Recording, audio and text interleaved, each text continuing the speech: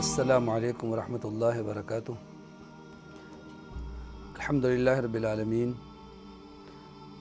الصلاۃ والسلام علی اشرف الانبیاء والمرسلین نبینا محمد وعلی آلہ وصحبہ اجمعین ومن تبعہم بإحسان الی یوم الدین۔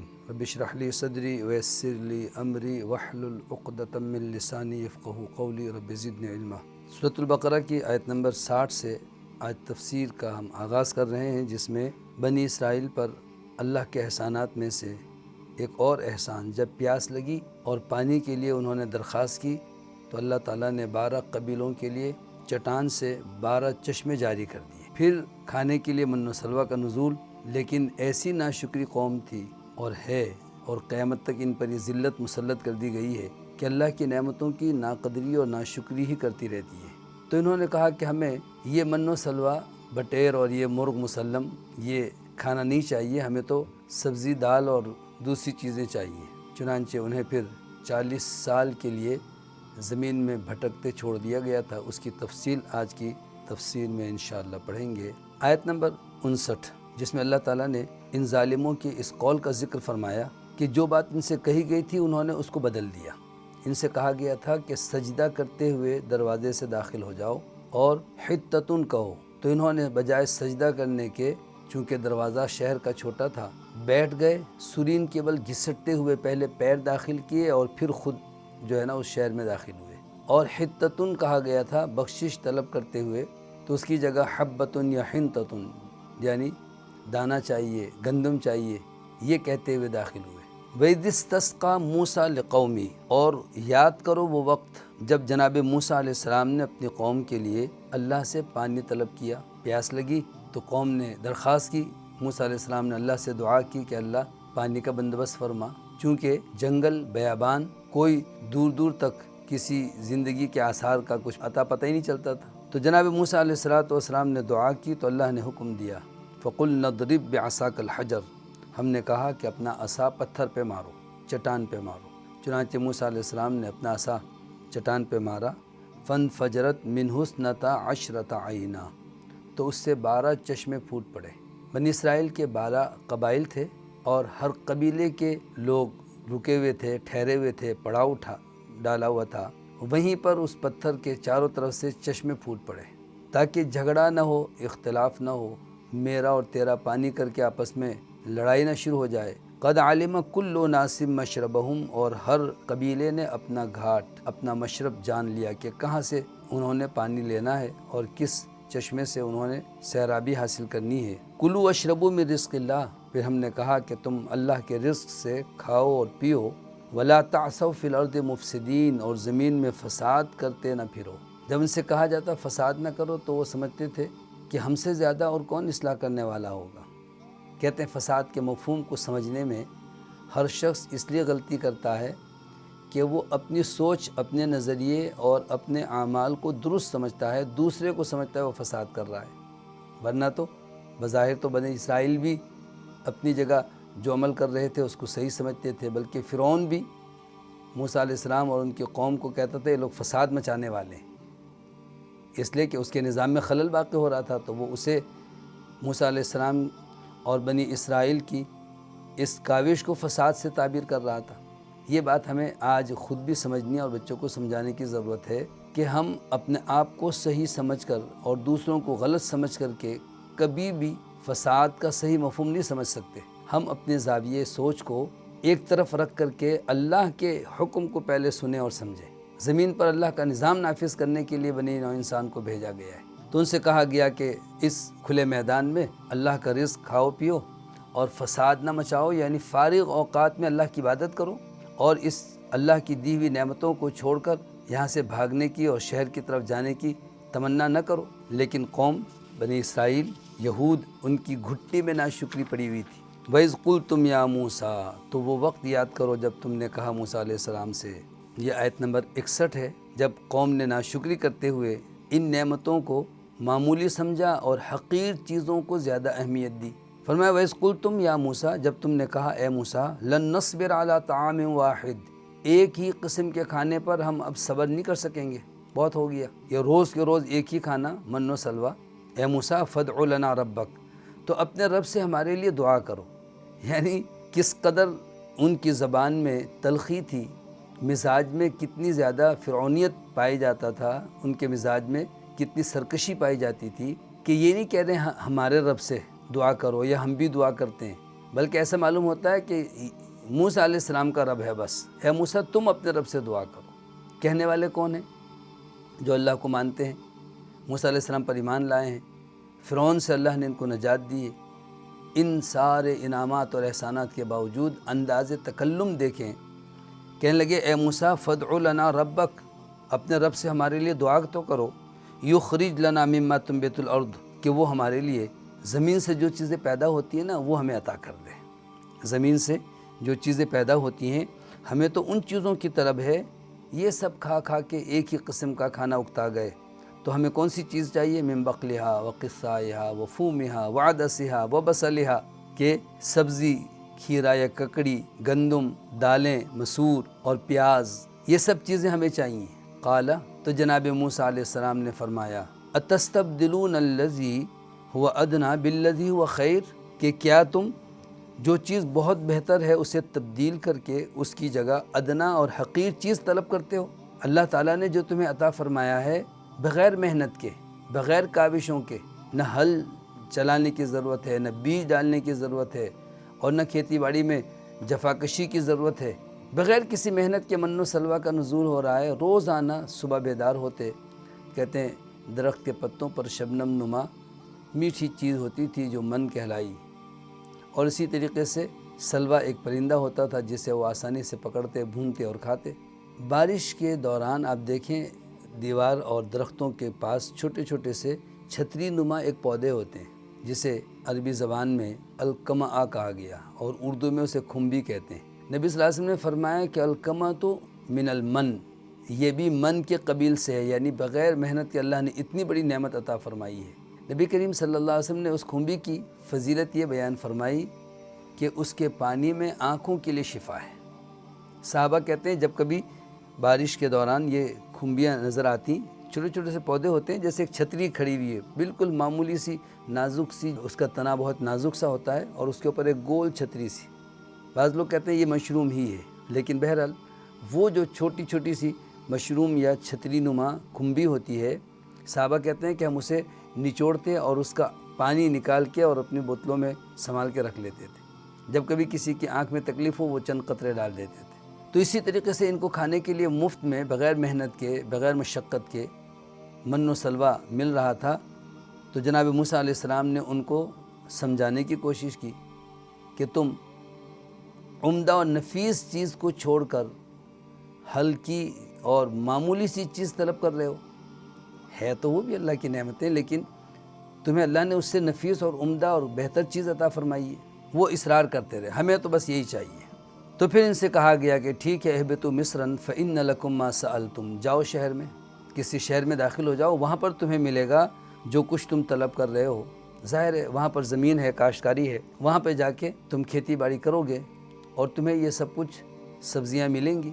یہاں تو جنگل بیابان میں اسی پر اکتفا کرنا ہوگا۔ معلوم کیا ہوا، انسان اللہ کی نعمتوں کی ناشکری کرتا ہے تو پھر اس سے کم اور اس سے زیادہ معمولی چیز پر پھر اسے اکتفا کرنا پڑتا ہے، اور شکر گزاری کرے تو اللہ تعالیٰ جو نعمت عطا فرمائی ہے وہ پہلے ہی بڑی نعمت اور عمدہ نعمت ہے، اللہ اس میں اور اضافہ فرماتا ہے، جیسا کہ سورہ ابراہیم کی آیت ہے وَإِذْ تَعَذَّنَ رَبُّكُمْ لَئِن شَكَرْتُمْ لَأَزِيدَنَّكُمْ، شکر ادا کرو گے تو میں تمہیں زیادہ دوں گا، وَلَئِن كَفَرْتُمْ إِنَّ عَذَابِي لَشَدِيدٌ، اور ناشکری کرو گے تو میری پکڑ بہت سخت ہے۔ تو انہوں نے ناشکری کی، اللہ کی نعمتوں کی ناقدری کی، اسے معمولی سمجھا اور معمولی سی چیزوں کو طلب کرنے لگے۔ ضربت علیہم الذلہ، لہٰذا ان سے کہا گیا کہ جاؤ شہر میں داخل ہو جاؤ، اور ان پر ذلت مسلط کر دی گئی۔ کہتے ہیں وہ جو مشقت تھی نا، محنت کرتے، کھیتی باڑی کرتے، اس کے بعد پھر وہ چیزیں ملتی تھیں۔ یہاں پر شاہانہ زندگی گزار رہے تھے۔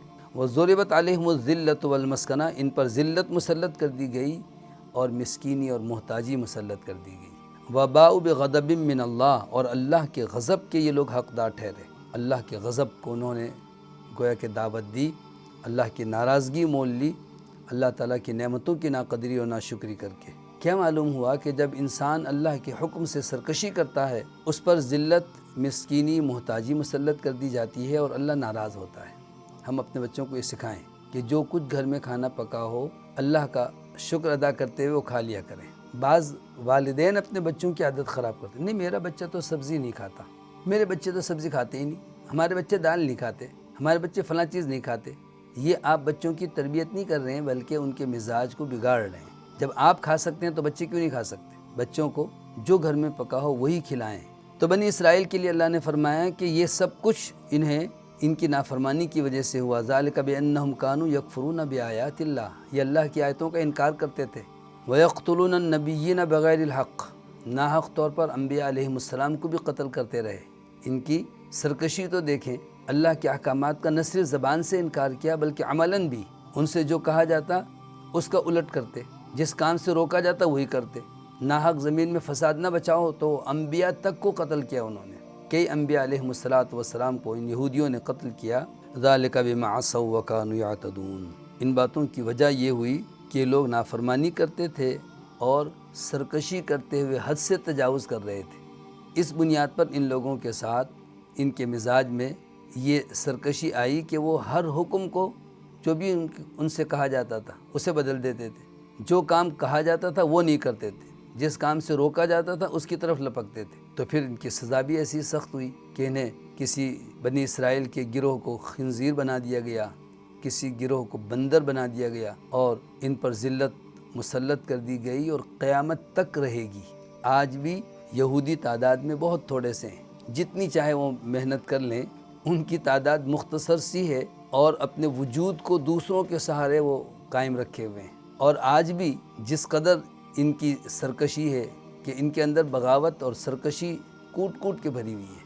اور وہ وقت آئے گا جب رسول اللہ صلی اللہ علیہ وسلم کا یہ ارشاد پورا ہوگا، آپ کی پیشن گوئی ہے کہ مسلمانوں تمہارا یہودیوں سے مقابلہ ہوگا، ایک بہت بڑی جنگ ہوگی، تم چن چن کر یہودیوں کو مارو گے اور یہودی چھپتے پھریں گے، جس پتھر اور درخت کے پیچھے چھپیں گے وہ درخت اور وہ پتھر بول پڑے گا کہ اے مسلم یہ میرے پیچھے یہودی چھپا ہے، آؤ اس کو مارو۔ یہ تو انتظار میں ہے، پھر یہ یہودیوں کا بڑا گروہ دجال کے ساتھ نکلے گا اور پھر دجال کو بھی عیسی ابن مریم قتل کریں گے۔ تو آج کی ان دو آیتوں میں، آیت نمبر 60 اور 61 میں اللہ تعالیٰ نے یہودیوں پر انعامات اور احسانات کے ساتھ ساتھ ان کی ناشکری کا تذکرہ فرمایا کہ من و سلوہ اور پانی کے 12 چشمے اور بادلوں کا سائبان اور جنگل کی کھلی فضا، اتنا پرفضا ماحول، ٹھنڈی ہوائیں، قطعاً ان کو کوئی دھوپ نہیں لگتی تھی، ہر وقت بادل ان کے ساتھ ساتھ، اس کے باوجود بھی انہوں نے ناشکری کی اور کہا کہ ہم سے یہ سب کچھ اب برداشت نہیں ہوتا۔ تو اللہ رب العالمین نے ان لوگوں کے لیے اجازت تو دی لیکن ذلت مسلط کر کے۔ آیت نمبر 62 میں اللہ تعالیٰ نے ان کے ایک خوش فہمی کو دور کرتے ہوئے ان کا دعویٰ تھا کہ ہم اللہ کے چہیتے اور لاڈلے ہیں۔ وقالت الیہود والنصارى نحن ابناء اللہ واحباؤہ، یہودیوں نے اور عیسائیوں نے کہا کہ ہم اللہ کے بیٹے ہیں، اللہ کے لاڈلے اور چہیتے ہیں۔ چونکہ یہودیوں پر بہت سارے انعامات اور احسانات جو ہوئے تو انہوں نے یہ سمجھ لیا کہ ہم اللہ کے بہت قریب ہیں، اللہ کے بڑے چہیتے اور لاڈلے ہیں، جو کریں گے اللہ تعالیٰ ہمیں کچھ نہیں کرے گا۔ اور عیسائیوں نے چونکہ عیسی ابن مریم کے امتی ہیں اور عیسی ابن مریم کے بارے میں ان کا عقیدہ یہ ہے کہ معاذ اللہ وہ اللہ کے بیٹے ہیں اور ہمارے گناہوں کا کفارہ دیا انہوں نے سولی پہ لٹک کر، تو ان کا دعویٰ یہ تھا کہ لن يدخل الجنت الا من کان ہودن او نصارا، یہودی اور عیسائی کے سوا جنت میں کوئی جا ہی نہیں سکتا، بس ہم جائیں گے جنت میں۔ تو اللہ تعالیٰ نے ان کے اس نظریے کی اور دعوے کی تردید کی، فرمایا ان الذین آمنوا، وہ لوگ جو ایمان لائے یعنی مسلمان کہلانے ہیں اور اپنے آپ کو مومن کہلاتے ہیں، والذین ہادوا، اور وہ لوگ جو یہودی ہوئے، والنصارا، اور جو عیسائی ہیں، والصابئین، اور وہ لوگ جو مجوسی، آتش پرست یا بے دین کہلاتے ہیں، من آمن باللہ والیوم الآخر، ان میں سے جو بھی اللہ پر اور یوم آخرت پر ایمان لایا وہ جنت میں جائے گا۔ جنت نانی اماں کا گھر نہیں ہے کہ بس تم ہی جاؤ گے، بس اللہ کا گھر ہے، اور اہل ایمان کے لیے اور عمل صالح اختیار کرنے والوں کے لیے بنایا گیا ہے۔ کوئی صرف مسلمان کہلانے والا زبان سے مسلمان کہلائے لیکن اس طرح ایمان نہ لائے جیسے اللہ اور یوم آخرت پر ایمان لانے کا حق ہے، یا عمل صالح نہ کرے تو وہ جنت نہیں جا سکتا۔ اور یہودی ہے کوئی لیکن وہ ایمان لائے اللہ پر اور نبی کریم صلی اللہ علیہ وسلم پر، نیک عمل کرنے لگا تو جنت میں جائے گا۔ عبداللہ بن سلام رضی اللہ تعالیٰ عنہ کو جنت کی بشارت زمین پہ دے دی گئی۔ ایک دفعہ عبداللہ بن سلام رضی اللہ تعالیٰ عنہ مسجد میں تشریف لائے تو کچھ لوگ جو ہے ان کو دیکھ کر آپس میں سرگوشی کرنے لگے، یہ جنتی ہیں۔ تو ایک صاحب کہنے لگے کہ میں نے جا کر ان سے پوچھا کہ آپ کے بارے میں لوگوں کا خیال یہ ہے کہ آپ جنتی ہیں، تو وہ کہنے لگے عجز و انکساری دیکھیں، یہودیوں کے بہت بڑے عالم تھے، اسلام قبول کر لیا، صحابیت کا شرف حاصل ہو گیا۔ کہنے لگے لوگوں کو جس چیز کا علم نہیں ہے وہ بات زبان پر نہیں لانی چاہیے۔ تو اللہ نے فرمایا کہ کوئی یہودی ہو، عیسائی ہو، مجوسی ہو، بے دین ہو، یا مسلمان ہو، جنت میں جانے کے لیے اس نام اور نسبت کی کوئی حیثیت نہیں ہے، عقیدے اور عمل کی ضرورت ہے۔ من آمن باللہ والیوم الآخر، جو اللہ پر اور آخرت پر ایمان لائے۔ ہم دنیاوی کامیابی کے لیے بچوں کو بار بار کہتے ہیں کہ دیکھو فلاں نے محنت کی اور اس کا رزلٹ کتنا اچھا آیا، اور دیکھو ہم نے بھی محنت کی تو ہم یہ کر رہے ہیں۔ بچوں کو جس طریقے سے کامیابی کے راستے دکھلاتے ہیں، بڑی کامیابی جنت ہے، اس طرف توجہ کی ضرورت ہے، اور اس کے لیے ایمان اور عمل صالح کی ضرورت ہے۔ ہمیں بھی اس سبق کو بار بار دہرانا چاہیے کہ ہم دنیا میں آئے اپنے کھوئے ہوئے مقام اور گھر کو دوبارہ حاصل کرنے کے لیے، دوبارہ ہم وہاں داخل ہو سکیں جہاں سے آدم علیہ السلام کو ایک غلطی کی وجہ سے نکالا گیا تھا۔ تو فرمایا کہ جو بھی ایمان لایا اللہ پر، یوم آخرت پر، اور جس نے بھی نیک عمل کیا، اعمال صالحہ پر قائم رہا، تو ایسے ہی لوگ ہیں فلہم اجرہم عند ربہم، ان کا صلہ اور بدلہ ان کے رب کے پاس ہے، یعنی جنت اور اس کی نعمتیں۔ ان ایمان اور عمل صالح کے بدلے میں اللہ تعالیٰ نے بہت عظیم اجراً عظیمہ، بہت بڑا اجر اللہ نے تیار کر رکھا ہے۔ تو فرمایا فلہم اجرہم عند ربہم، تو ان کا اجر، ثواب اور صلہ ان کے رب کے پاس، ولا خوف علیہم ولا هم یحزنون، اور ان پر نہ کوئی خوف ہوگا نہ غمگین ہوں گے۔ یہ ہے کامیابی کا راستہ۔ تو آیت نمبر 62 سے ہمیں یہ بات معلوم ہوئی کہ اگر کوئی شخص یہ دعویٰ کرے کہ میں ہی صحیح ہوں اس لیے کہ میں فلاں سلسلے سے وابستہ ہوں، فلاں پیر صاحب کا دامن تھام لیا ہے، فلاں مرشد کی بیعت کی ہے، اور فلاں شریعت اور طریقت اور مسلک کا میں پیروکار ہوں، تو یہ دعویٰ ایسے ہی ہوگا جیسے یہودیوں کا دعویٰ تھا کہ جنت میں صرف ہم ہی جائیں گے۔ ہاں، عمل کرے، اور عمل کرنے والوں میں دعویٰ نہیں ہوتا، عجز و انکساری ہوتی ہے کہ اللہ تعالیٰ قبول فرمائے، اللہ تعالیٰ ہمیں کامیابی نصیب فرمائے۔ ہم اپنے بساط کے مطابق یہ نہ دیکھیں کہ ہمارے بڑوں نے یہ راستہ اپنایا یا نہیں اپنایا۔ ہاں، اللہ کا حکم ہے، ہم نے وہ کام اختیار کرنا لازم ضروری ہے، اور جس چیز سے اللہ نے اور اس کے رسول صلی اللہ علیہ وسلم نے روکا ہے ان سے رک جائیں۔ تو بچوں کی تربیت میں اس بنیادی نقطے کو ذہن میں رکھیں کہ کامیابی جو ہے صرف زبان سے کہنے سے نہیں ملتی، مسلسل محنت کی ضرورت ہے۔ جس طرح دنیا کے لیے محنت کی جاتی ہے، دین کے لیے بھی محنت کی ضرورت ہے، اور وہ محنت ہی عمل صالح کہلاتی ہے۔ بار بار اللہ نے عمل صالح کا ذکر فرمایا۔ ان لوگوں کا رد ہے جو کہتے ہیں صرف زبان سے کلمہ پڑھنا اور دل سے یقین کرنا یہ ایمان کامل ہے، عمل اس میں شامل نہیں ہے۔ سید الفقہاء والمحدثین امام بخاری رحمۃ اللہ علیہ بخاری شریف میں اس کا بطور خاص باب منعقد کرتے ہیں، کتاب الایمان، اور پھر کہتے ہیں باب الایمان قول و عمل یزید و ینقص۔ باب ہے ایمان کے بارے میں کہ ایمان قول اور عمل کا مجموعہ ہے، صرف قول نہیں ہے زبان کا یا دل کا، بلکہ عمل بھی اس میں شامل ہے۔ تو گویا کہ اگر ہم نماز نہیں پڑھتے اور اللہ کے احکامات پر عمل نہیں کرتے اور اپنی خواہشات کے مطابق جیسے چاہو جیو والی زندگی گزار رہے ہیں، تو پھر عمل کے بغیر تو کامیابی ممکن نہیں ہے۔ قرآن میں بارہا اللہ نے فرمایا، نیک لوگوں کا تذکرہ کرتے فرمایا، ان سے کہا جائے گا یہ جنت اور اس کی نعمتیں ہیں جزاء بما کانوا یعملون، جو کچھ وہ عمل کرتے رہے نا اس کا بدلہ ہے یہ۔ آج کے موضوع کی مناسبت سے سوال ہے کہ جس طرح سے یہودی اپنے آپ کو سب سے برتر سمجھتے تھے اور عیسائی بھی اپنے آپ کو سب سے بالا اور سب سے اچھے تصور کرتے تھے اور سمجھتے تھے جنت میں ہم ہی جائیں گے، تو اللہ نے فرمایا کہ کوئی یہودی ہو، عیسائی ہو، مجوسی ہو، مسلمان کہلانے والا ہو، ایمان اور عمل کی بنیاد پر کامیابی ملے گی۔ تو اسی طریقے سے ہم دیکھتے ہیں کہ دنیا میں مختلف قبائل اور خاندانوں میں لوگ منقسم ہیں۔ اور کہیں زبان کی بنیاد پر، کہیں کسی قبیلے اور خاندان کی بنیاد پر ایک دوسرے سے اپنے آپ کو بہتر سمجھتے ہیں۔ ہمارے بچوں کی تربیت کی ضرورت ہے کہ کسی قبیلے میں پیدا ہونے سے اور کسی پیشے کو اختیار کرنے سے انسان چھوٹا نہیں ہوتا، اور نہ ہی کسی بھی خاندان میں پیدا ہونے سے انسان بڑا بن جاتا ہے۔ بڑائی تو ایمان اور عمل صالح کی بنیاد پر ہے۔ جیسا کہ رسول اللہ صلی اللہ علیہ وسلم سے پوچھا گیا کہ سب سے زیادہ معزز شخص کون ہے، تو آپ نے یہ آیت پڑھی، ان اکرمکم عند اللہ اتقاکم، کہ تم میں سب سے زیادہ معزز وہ شخص ہے جو زیادہ تقوی پرہیزگاری اختیار کرنے والا۔ اللہ کے حرام کردہ امور سے جو جتنا زیادہ بچے گا اتنا وہ معزز ہے۔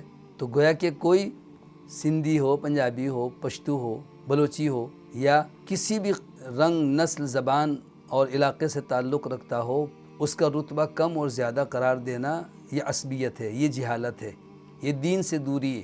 ٹھیک ہے، اللہ نے پیدا کیا، انسان کے یہ اختیار میں نہیں ہے۔ انسان سے پوچھا نہیں گیا کہ تم کس خاندان میں پیدا ہونا چاہتے ہو، تم بلوچی بننا چاہتے ہو یا پشتو یا اردو اسپیکنگ یا کہاں پر۔ یہ تو اللہ کی تقسیم ہے، جس میں انسان کا اختیاری نہیں ہے، اس کی بنیاد پر اسے چھوٹا اور بڑا قرار نہیں دیا جا سکتا۔ ہاں، جو انسان کے اختیار میں ہے، اچھے اخلاق، اچھے عمل، اچھا نظریہ، اچھے دین کے ساتھ وابستگی جو اس کے اختیار میں ہے، تو جو جتنا زیادہ تقوی پرہیزگاری اختیار کرے گا اسی قدر اللہ کے نزدیک اس کا مقام بلند اور برتر ہے۔ ان اکرمکم عند اللہ اتقاکم۔ اس زاویے سے بچوں میں بھی کبھی کبھی یہ خیال آ جاتا ہے، بلکہ اکثر کسی بھی رنگ اور نسل، زبان اور علاقے کی بنیاد پر اگر ہمارے بچے دوسروں کو معمولی اور حقیر سمجھیں اور کہیں نہیں وہ ہمارے جیسے نہیں ہیں، تو آپ فوراً ان کی اصلاح کریں کہ سب مسلمان ہیں اور سب انسان ہیں۔ تمام انسانوں کو اللہ نے ایک باپ اور ایک ماں سے پیدا کیا ہے۔ یا ایھا الناس انا خلقناکم من ذکر و انثی، ایک مرد اور عورت، آدم اور حوا کی اولاد ہیں سب۔ وجعلناکم شعوبا وقبائل لتعارفوا، یہ قبیلے اور خاندان تو اس لیے بنائے ہیں تاکہ تم پہچان سکو، ورنہ عبداللہ نام کے بہت سارے ہیں، محمد ادریس بہت سارے ہوں گے۔ اب کس شخص کو آپ جو ہے تذکرہ کرتے ہوئے متعین کریں گے جب مزید اس کا آگے تعارف کریں گے کہ فلاں شخص جن کے والد کا نام یہ ہے، جو فلاں قبیلے سے ہے، ابو ذر غفاری، صہیب رومی، یا اسی طرح سے ہر ایک کہیں والد کا نام، کہیں کسی اور شناخت کے طور پر، تو یہ صرف پہچان کے لیے ہے۔ ان اکرمکم عند اللہ اتقاکم، سب سے زیادہ معزز وہ شخص ہے جو زیادہ تقوی پرہیزگاری اختیار کرتا ہے۔ وآخر دعوانا الحمدللہ۔